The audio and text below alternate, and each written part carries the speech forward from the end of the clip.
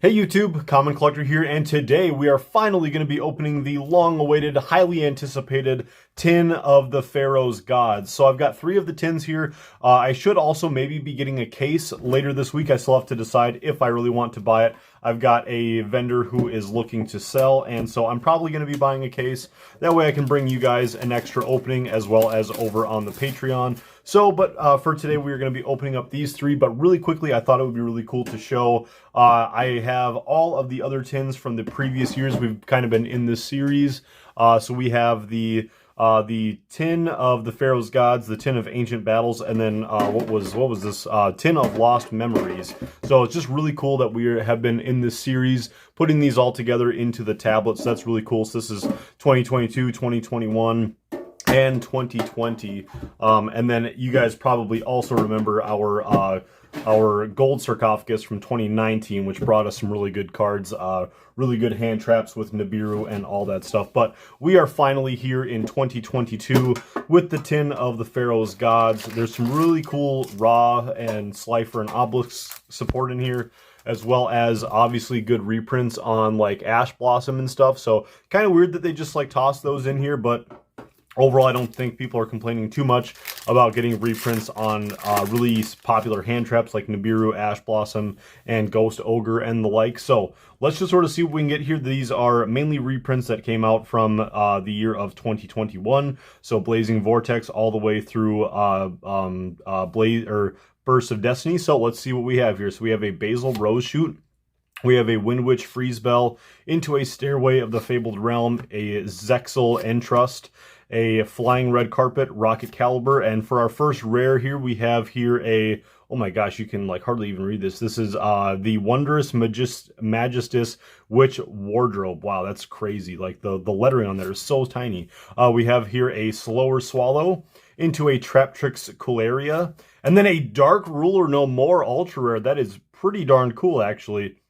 Really like seeing that. That's really, really nice. So that's going to be our first staple that we're really getting here, our first staple reprint. So here we have a Dark Ruler into a Breaking Ruin God. That is really cool. New Obelisk support. Really hoping to put together a good like Obelisk, Slifer, Ra deck, you know, sort of put those all in their, probably their own respective decks. Probably don't work too well mixing them all together. And then our first secret rare is going to be the Armed Dragon Thunder level 7. So pretty cool also to be getting the reprints of the Armed Dragon stuff.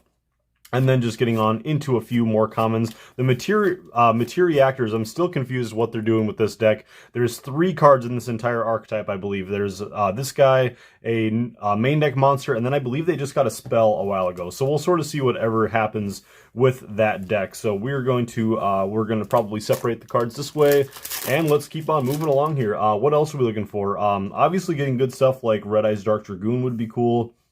We'll just sort of see what ends up happening. And obviously we want to get that new Prismatic Secret Rare Ash Blossom and Joyous Spring. That's going to be really sweet. So here we have a Dragoonity Knight, into a Zexal Entrust, a UNAI, a Bee Trooper Light Flapper, into a Glacier Aquamadur, a Sun Avalon Daphne, into a Book of Lunar Eclipse. That's actually not too bad. It was kind of crazy. This card was a secret rare when it came out back in Lightning Overdrive, so kind of nice that we got a reprint on this, so it's a little bit easier access for everybody. And then we have a Zexal Construction for our first Ultra, into an Earth Chant, and then a Ready Fusion. That's actually really cool. Ready Fusion, I really wanted a good set of those, because I did not buy into the hype of that card last year, and I think it paid off. I feel like Ready Fusion found its way into maybe like 3 topping decks over like the whole year. So it was usually I pick up like the staples when they come out, like Forbidden Droplet and Pot of Extravagance, Pot of Prosperity.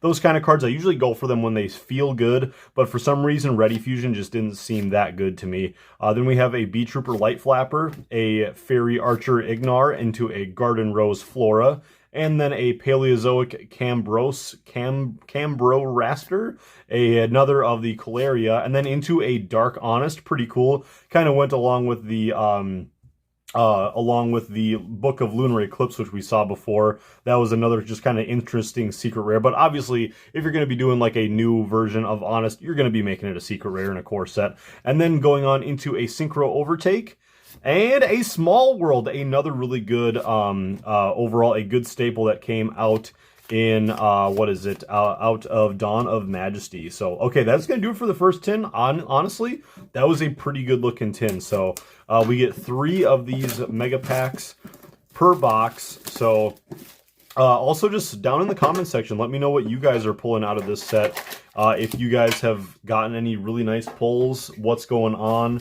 how you guys are liking this set. So let's get on into the next one here.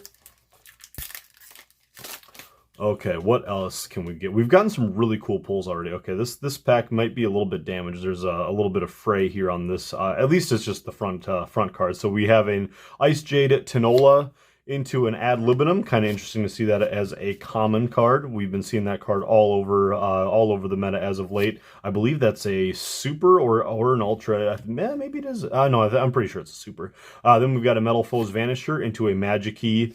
Not going to try to say his name. I didn't say it back in August of last year. I ain't going to try to say his name again. We're getting then into an Ultimate Flagship Ursartron for the Ursarctic Drytron players out there. We have a Radiant Vorescence into a Floowandereeze and Empin. That's a very nice reprint just to get as a super rare for the people who want to play the deck. I don't really care for the deck, but, you know, I could probably put the deck together now if I get a solid little core going here. Then we're getting to a Nibiru, the Primal Being. Oh man, now he's an Ultra. I feel like he's gotten himself in like so many different... So he started off as a Prismatic. He's been an Ultimate Rare. Now he's an Ultra Rare. I'm getting ahead of myself. He's been a Secret Rare in Brothers of Legend. He's just been all over the place. Then we have here a Heritage of Light into a branded opening Secret Rare. That is also really, really nice looking. That's pretty cool.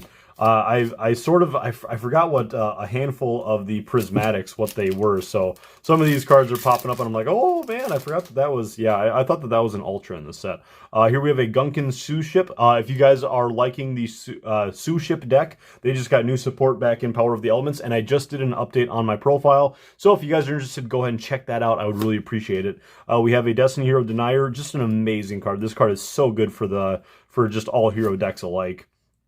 We have an Arm Dragon Lightning into a Stairway to a Fabled Realm, a Magic-Key Unlocking, an Ada, and then into an Archfiend Staff of Despair, a Sunvine Crossbreed, and then a live twin Kiskill Frost. This card has been seeing just a lot of play going on in the Sprite decks. People playing Sprite Evil Twin, probably my favorite version of the deck to play it in. Then we have an Abyss Keeper. This card looks honestly really cool in Ultra Rare in person. That's really, really cool. I believe this was just a common when it came out. And I feel like that was Dawn of Majesty. I could be wrong, but Abyss Keeper looks really, really cool actually. Then we have a DD Assault Carrier, and then into an incredible Ecclesia the Virtuous. Also just another really nice looking Secret Rare reprint. Wow, that is so nice. All right, let's get on through this one. Wow, so honestly, so far, just been really happy with the pulls. I feel like this set really had a lot that it had to prove, and so far I'm kind of liking what we're seeing. And then just splashing in all of like the staple cards like Ash Blossom and stuff really, really does help sell the set a little bit. So let's get on into a Dragoonity Knight to a Flying Red Carp, a Sacred Tree Beast Hyperion. This card is also just really nice. A Majestic Mirage, and then into a Masquerade. I'm sure all of the budget players out there are so happy that this card is finally a super rare, because this card was fairly expensive. Then we have a Machina Ruin Force, and then a Dogmatica Genesis. Ooh, that kind of hurts. That's not too good of an ultra rare, but let's see what else we can get. We have a DDD Super Sight, King Zero Maxwell, and then a Floowandereeze and the Magnificent Map. I'm sure the Floowandereeze people are going to be beaming at this. That's also another nice reprint for them. And just like Konami, they made all of like the Gunkin Sue Ship cards. Like there's so many of them are commons again. It's so funny because like the whole deck is printed in common except for one card. But now I think this Sue Ship Shari is also in here as a rare. So we'll have to sort of see if we have not seen that one yet. So let's see what we can get. This is the final tin. So we are on tin number 3. So we got 3 packs left to go. So we have here a Fabled Marcosa, and let's keep just moving along. A Psychic Eraser Laser. This is a cool card to come in as a common, because that card is just a really cool little staple. Not that like a lot of people are using it, but it's a card that could see some play. We have a Chronomaly Magilla Globe into a Pendra Sanction, a Sunvine crossbreed, and then a live twin Leela treat. So it's kind of cool they gave both of these the super rare treatment. Then we have a baby mud dragon into a Threshold Borg. This card must have been like a common when it came out. This card does not look familiar. And then an Evil Twins Trouble Sunny. That also looks really, really cool. Getting that prismatic secret rare. I mean, honestly, you should probably just go for the good old Starlight. But I mean, like the Trouble Sunny, I think that looks honestly really cool as well. Just got to make sure I got everything still in the camera here.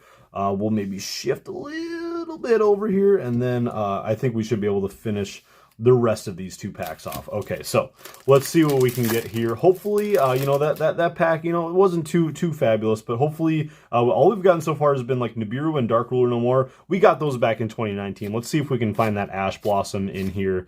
So we've got a Pendulum Treasure into an Ice Jade Tremora, a Binary Blader into a Scrap Raptor, kind of getting the ultra rare that it deserves. This card was really, really good for the Dino decks. Just hasn't really seen too much play yet, but I'm certain that it will. Came in as common for the budget players, but honestly coming in as an ultra rare here looks also super duper nice. Then we have another copy of Dark Honest, and then into a Diviner of the Herald. Honestly, I'm not going to be too upset about that either. This is a really, really nice looking prismatic as well. Okay, we are getting to the final pack, guys. So if you guys are new here, please don't forget to subscribe to the channel if you guys haven't already. I would really appreciate it. Hopefully you guys enjoyed this one, and make sure to stick around in case we do another like a half a case opening or something. I'll probably open up another probably like 6 tins or more later on the channel. If you guys are down for it, let me know down in the comment section. So we're going to get on into a Supernatural Danger Zone, a Darkest Dragon Doom Rider, then a Gunkan Shusip Shari. All right, cool. So we did get 1 copy of the Shari, and this card honestly looks really nice in the super rare. Just alone in the super rare looks really, really cool. Then we have a ZS Armed Sage into a Dark Infant Adignister. Okay, here's the big bucks here. We got to try to find that Ash Blossom. So we have the Ignister. We've got a Rebuilder, and then a Lightning Storm. That is a great way to finish off the video. That looks really, really good as well. Really, really nice. Okay, getting that Lightning Storm in the Prismatic Secret. Definitely like seeing that. So we got some really, really nice secrets, I think. The Ultra Rares, we got some really nice ones as well. We got Nibiru, Dark Ruler No More. But overall, getting our hands on Ready Fusion, Small World, Branded Opening, Ecclesia, Diviner of the Herald, Lightning Storm. Honestly, that is super duper cool. So thank you guys so much for joining over here. Definitely go ahead and make sure to check out the Patreon if you guys are interested in financially supporting the channel. I would really, really appreciate it. Just helps kind of keep things going. Keeps making me able to get products so I can do these cool openings for you guys and keep deck profiles coming to you guys. So if you guys are interested, you guys get your name in the description of any video, depending, you know, it doesn't matter what tier you guys sign up for, but you guys get a ton of other perks as well as a bunch of extra videos to check out. So if you guys are interested, go ahead and check out the Patreon. If not, just make sure that you guys subscribe to this channel and like the video and comment how you guys are feeling about this set. So we'll see you guys for the next opening and for the next deck profiles. Peace out.